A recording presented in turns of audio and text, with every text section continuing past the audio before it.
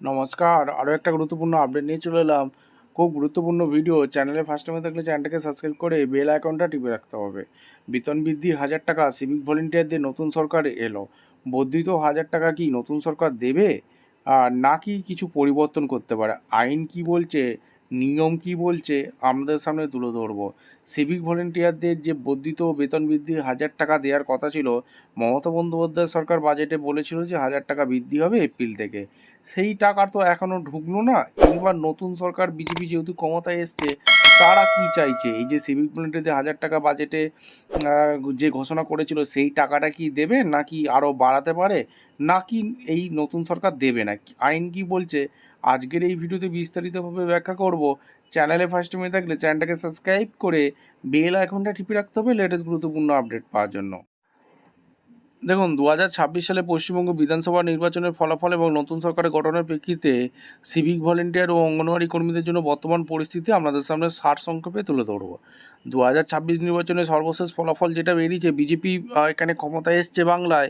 মে 2026-এর ফলাফল অনুযায়ী বিজেপি 206টির বেশি আসন পেয়ে নিরঙ্কুশ সংখ্যাগরিষ্ঠতা অর্জন করেছে। নতুন সরকার গঠন আগামী 9 মে 2026 রবীন্দ্র জয়ন্তী নতুন বিজেপি সরকার শপথ গ্রহণ করতে চলেছে।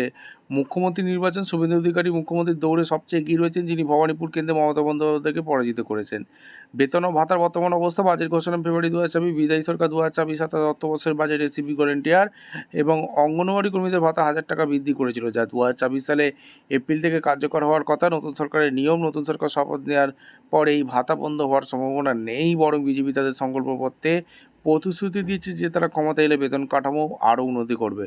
সপ্তম বেতন কমিশন, বিজেপি প্রতিশ্রুতি দিয়েছে যে সরকার গঠনে 45 দিনের মধ্যে রাজ্যে সপ্তম বেতন কমিশন 7 পে কার্যকর করাবে, যার সুবিধা সরকারি কর্মীদের পাশাপাশি সিভিক ও অঙ্গনওয়াড়ি কর্মীরাও পেতে পারেন। গুরুত্বপূর্ণ পরিবর্তন সহ মহিলাদের জন্য আর্থিক সাহায্য, নতুন সরকার লক্ষ্মীর ভাণ্ডারের বদলে মহিলাদের জন্য মাসিক 3000 টাকা আর্থিক সহায়তা দেওয়ার কথা পরিকল্পনা করছে।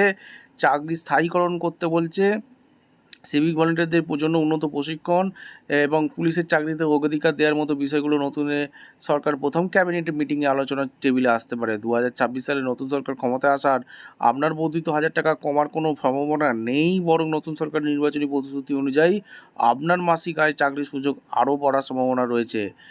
এই হচ্ছে আপডেট। আপনারা অবশ্যই কমেন্ট করে জানাবেন, এই যে নতুন সরকার বিজেপি ক্ষমতায় এলো, সিভিক ভলেন্টিয়ারদের কি বর্ধিত 1000 টাকা কি বেতন দেবে নাকি বাড়াবে নাকি দেবে না? আপনারা অবশ্যই কমেন্ট করে জানাবেন। দেখা হচ্ছে কোনো পরবর্তী ভিডিও। ধন্যবাদ।